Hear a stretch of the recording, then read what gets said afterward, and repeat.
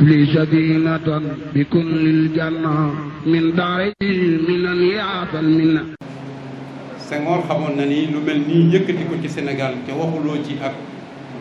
kilifa diine yi mbir mu doy waar lay doon moo tax mu yónnee leen ko pour ñu seet ko ba mu leen ko joxee ñoom cadre ba ñu utilisé pour jàngat code bi moo doon le conseil supérieur islamique du Sénégal. Conseil supérieur islamique boobu ñu ngi tase woon kër Serigne Saïd Nourou Tall le 3 janvier 1971 lañ fa tase ba ñu tasee li doon saytu mooy li leen Senghor jox ci ab code de la famille fekk kenn ku nekk ci ñoom jàngan nga ko bala ñuy tase foofu ba ñu tasee liñ njëkk a wax mooy ba Sénégal amee ba léegi l'islam di fi dox la ñuy doxal ci wàllu famille ci alquran la jóge ci sunna la jóge te ñoom jàppuñu ni am na ku gën a xarale yàlla wala nga gën a xarale yonent bi sallallahu alayhi wasallam ba bu ñu wax boo waxee dara ci wàllu famille ñoom ñuy bàyyi loola bàyyi lu yonent bi di jàpp sa bos donc ñu ni ñoom loolu duñ ko def ñi nga xamante ni bii ñoo nekkoon ci conseil supérieur islamique bi dama leen di lire pour ñu xam ki ko jiite woon mooy alxaaji Saïd Nourou Tall li tax mu jiite ko ñoom biñ dajee dañ ni nan def li ñuy def ci suñu kër yi ku mag yaay jiitu fii ku fi mag ñu ni alxaaji Saïd Nourou Tall moo fi mag ñu jiital ko ci critère boobu donc moom moo doon président ka ca topp di alxaaji Abdoul Aziz Sy moo doon vice président ka doon secrétaire général bi mooy Serigne Cheikh Ahmadou Mbacké Gaïndé Fatma loolu moo doon bureau loolu moo doon le bureau du conseil supérieur islamique ña nga xam ni ñoo nekkoon ci comité directeur ba mooy alxaaji Saïd Nourou Tall grand marabout à Dakar alxaaji Abdoul Aziz Sy khalife général de Tidiane Cheikh Ahmadou Mbacké grand marabout à Touba Cheikh Ahmadou Mbacké Gaïndé Fatma Amadou Lamine Diène grand imam de Dakar alxaaji Ibrahim Niass grand marabout à Kaolack alxaaji Mamadou Seydou grand marabout à Médina Gounass Seydou Ba alxaaji Cheikh Alioune Seck grand marabout à Ngourane alxaaji Samsoudine Diagne grand qadi à Dakar alxaaji Seydi Magnon Laye khalife général des Layènes alxaaji Sidi Lamine Kounta grand marabout à Ndiassane lii moo doon comité directeur bi ñoom li ñu wax mooy ñii doy nan pour représenter askanu Sénégal ci wax ci lépp loo nga xamante ni bii l'islam la loolu lañ wax Senghor bu amee nag ñu nga xamante ni bii ànduñu ci woon te code bi la démarche scientifique voudrait que ñu cité leen waaw man cité naa ñi nga xamante ni bii ñëpp ñoo àndul woon ci code bi beneen bi mooy ñoom bi ñu saytoo code bi dañ ni entre autres ñu ngi lim ay articles yoo nga xamante ni bii yëpp dañoo contre l'islam te nekk ci biir code bi dañoo weddi yàlla weddi yonent bi sallallahu alayhi wasallam ñu tàmbalee ko ci article 1 bu livre 1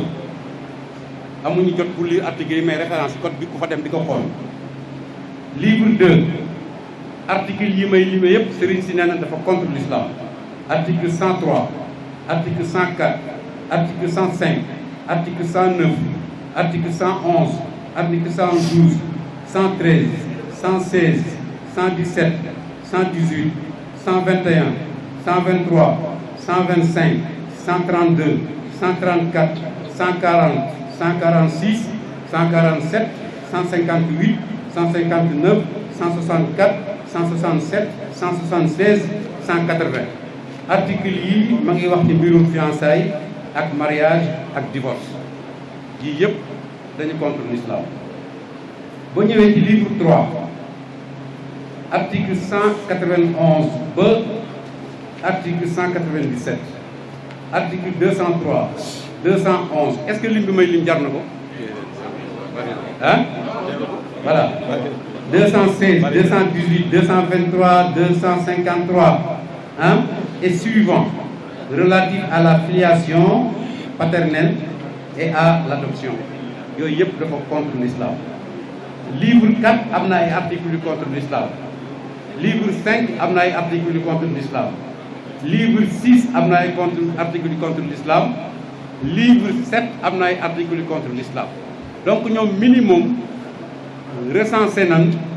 lu tolloo ak 74 articles yoo xamante ni bii ñoom ñu ngi ko tuddee les articles rédhibitoires articles yi tax ñoom mënuñu nangu code bi mooy articles yi ñu cité ko ba mu leer nañ donc sëriñ si ba ñu paree ci loolu Senghor Abdou Diouf la leen booleel mu recevoir leen pour jël seen liggéey boobu Abdou Diouf moo leen recevoir ba leen Abdou Diouf recevoir yi temps yooyu moo doon premier ministre ñu wax ko ñu jox ko mbir mi Abdou Diouf ni leen maa ngi leen di garantiral ni balaa ñuy yóbbu code bi ci assemblée ñu koy voté danañ ci intégrer seen wax ji loolu mësul am te ban ko voté en 1972 code bi génn sëriñ si xam ni voté nañ ko ñoom ñëpp dañ def déclaration seen déclaration ma ngi ci document bi ma doon lire léegi ci c'est à la disposition de tout le monde jox naa ko commission bi dina leen ko yónnee ñoom ñëpp ñi ma lim ñëpp à l'unanimité ils ont dit que code bi dañ ko rejeté et c'est un rejet total et catégorique waaw sëñ Abdoul Ahad wax ni duñ ko appliqué Touba sëñ Abdoul Aziz Sy wax ni duñ ko appliqué Tivaouane Mañoon Laay wax ni duñ ko appliqué Yoff ñeneen ñëpp wax ni gox yanu nekk duñ ko fa appliqué parce que ñoom ñëpp ñoo bokkoon liggéey bi ñoo ànd ñoo benn kàddu dinaa ñaan président mu lire procès verbal parce que yoruma samay lire procès verbal bi sëriñ si def procès verbal bi dinaa ko ñaan mu lire ko ca loolu lay jeexale waaw dama bëgg a wax rek ni l'islam yàlla moo ko wàcce fii ci kaw suuf si yàlla moo wax lan mooy l'islam moo ko jox une définition bu leer ci alquran nga xam amul benn ambiguïté définition boobu la jullit yépp adopté mooy lan mooy inna diina inda allahi l'islam wa man yabtaghi ghayra al-islami diinan falan yuqbala minhu waaw donc bëgg indiwaat beneen définition boo xamante ne bi da nga koy joxal sa bopp l'islam wala ñeneen di ko indi l'islam kooku c'est une définition qui est rejetée l'islam confrérique amut l'islam fondamental amut mësuñu fi dégg benn xalif général wax ni l'islam confrérique lay doxal wala benn sëriñ génn ni l'islam confrérique lay doxal loolu dañ koy wax rek pour semer la zizanie entre les musulmans y a pas d'islam confrérique l'islam kese moo am inna diina inda llahi l'islam beneen bi mooy Sénégal dañu war a sant yàlla bu baax a baax gis ngeen coow yi am ci àdduna bi yëpp est-ce que ba mu amee ba léegi ci mu ngi bëgg a yàgg yàlla na sax mas ngeen fi dégg benn histoire bu am wala lenn lu tàkk ay nit revendiqué ko ci noowu islam amul pourquoi kon ñu bëgg a créer ay problèmes là où ça n'existe pas ne créez pas des fondamentalistes des terroristes au Sénégal amul ça n'existe pas amul te insha allahu di fi am waaw contradiction amul entre jullit yi dund Sénégal donc loolu mbir la moo nga xamante ne bii man il faut ma leeral li may mujjee mooy il faut rétablir les vérités historiques SYRCOF ni mu créé woo ci loolu lay mujjee dafa am réseau parlementaire des populations bu assemblée nationale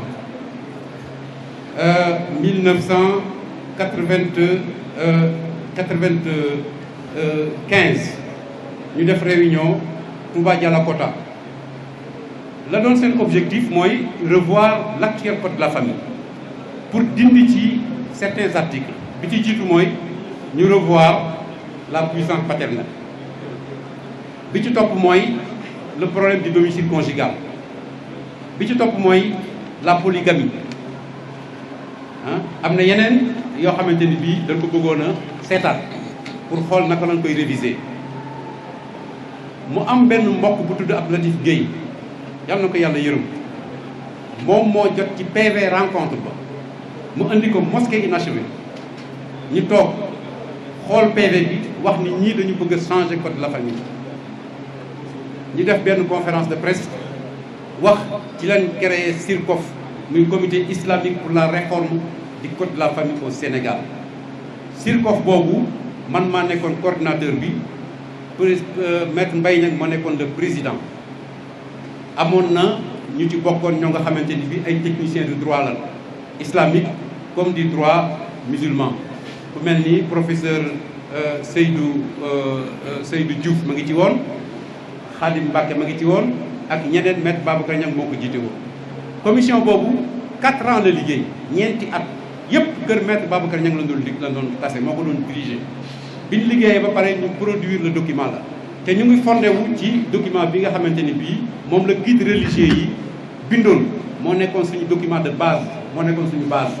mu dawoon na bu Maroc di jëli nañ ko jëli nañ bu Algérie jëli nañ bu Émirats jëli nañ bu Émirats foofu la ñemoon ci yooyu lañ sukkandiku ak ci li sëriñ si wax ba def code bi ñu ko defee ba pare ci lañ def une tournée boo xamante ni bii maître Mbaye Niang moo ko jiite ñu dem gis sëriñ si ñëpp gis nañ leen ban ko gisee ñu bàyyi ko ak ñoom ban ko bàyyee ak ñoom sëñ Saliou Mbacké sëriñ Touba sëñ Saliou Mbacké dafa jox mbir mi sëriñ Mourtada mu créé benn commission ba étudier affaire bi andil ñu conclusion seen étude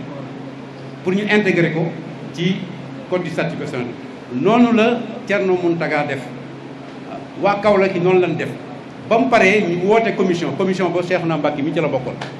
commission boobu moo mujj valider tous les amendements ba intégré ko ci code du statut personnel ci lan woote institut islamique toutes les familles religieuses étaient représentées ñu tànn Abdoul Aziz Sy Junior rahimahullah moo jiite woon commission bi commission boobu moo continué di liggéey ba gis ni code bi baax na mën nañ ko léegi présenté ñu bind lettre maître Abdoulaye Wade lettre boobu juróom benn xalif généraux yi ñoo ko signé Serigne Mourtada moo signé ci place u sëñ Saliou Serigne Abdoul Aziz Sy signé waa Niassène signé ba ñuy juróom benn lettre boobu lañ jox Abdoulaye Wade boole ci code du statut personnel bi ñaan ko audience ni dañ bëgg la gis pour waxtaan ak yow ci naka la ñuy appliquer code Abdoulaye Wade ma ngi nekkoon Japon en visite officielle bi mu ñëwee Grèce la def escale foofu la defee conférence de presse wax ni am na ñu ma bind di ma ñaan pour ma appliquer charia ca Sénégal charia du mas a appliquer wu Sénégal code bii ñu ma jox du mas a dem assemblée nationale waaw daal di wax ay waxam daal di ñibbi si Sénégal loola am na effet parce que ñi doon bind affaire bi defuñu ko woon ci terme conflictuel ay xeex ak ci xëccoo danee na laaj seen xalaat ñu produire seen xalaat c'est leur droit Sénégal ñu ñëpp ñoo ko bokk. 2 minutes d'accord léegi ma pare donc moo tax amul suivi amul benn suivi bi ci am suivi bi ci am mooy bi ma nekkee député man en 2007 liggéey naa ci ak ay juristes ñu def ko proposition de loi boo xamante ni maa ngi ko déposé au bureau de l'Assemblée nationale le 10 mai 2010 déposé naa proposition de loi pour ñu adopter ko ñu appliquer code du statut personnel au Sénégal aux musulmans du Sénégal encore on a ajouté ñi ko bëgg waaw mais chrétiens yi dañ wax ni ñoom nañu dem wut seen code bopp parce que mënuñu imposer chrétiens yi seen code ci réew yi am démocratie yëpp loolu moo fa am boo demee jullit yi ay Angleterre yëpp mais jullit mënuloo ko imposer ni ko lii ngay def par force chrétien bi nga imposer ni ko lii ngay def par force te code bi dëppoowul ak suñu diine donc nañu may ci au nom de la démocratie ñu may ñu attewoo loo xamante ne bii moom moo dëppoo ak suñu diine donc loolu la mbir mi demee proposition de loi ak projet de loi mooy yoon yi nga xamante bi loi Sénégal yi fa la ñuy jaar projet de loi ci gouvernement bi lañ jógee wala ci président de la République proposition de loi mooy jógee ci député bu jógee boo ko déposé député bi buñ ko adopté bureau bi dañ koy envoyé président de la République moo am 10 jours de lecture bu fekkente ni répondrul la proposition de loi dafa war a continuer chemin c'est-à-dire dañ koy examiner commission technique après ñu dem soumettre ko à la plénière ñu voté ko wala ñu rejeté ko man sama bos kenn defu ko noonu sama bos ma nga ci bureau yi ñu gardé ba léegi parce que proposition bi amul ñu ko soutenir ñu bari doole bokkut ak la parité bi nga xamante ne bi ñu koy voté jigéen ñi dañ sol lu weex dal envahir foofa kenn ñemewul bañ a voté man dong maa voté woon contre man ñi kese da nga génn bu njëkk ba mu fa njëkkee jaar man maa voté contre man tundum kese man maa taxaw voté contre ban génnee itam sama morom député yi dan ma ni yow mi yaa nekk ci dëgg dañoo mënul def li nga def rek li sadinatan bi kullil janna min daari minan yaatal minna li sadinatan bi kullil janna min daari minan yaatal minna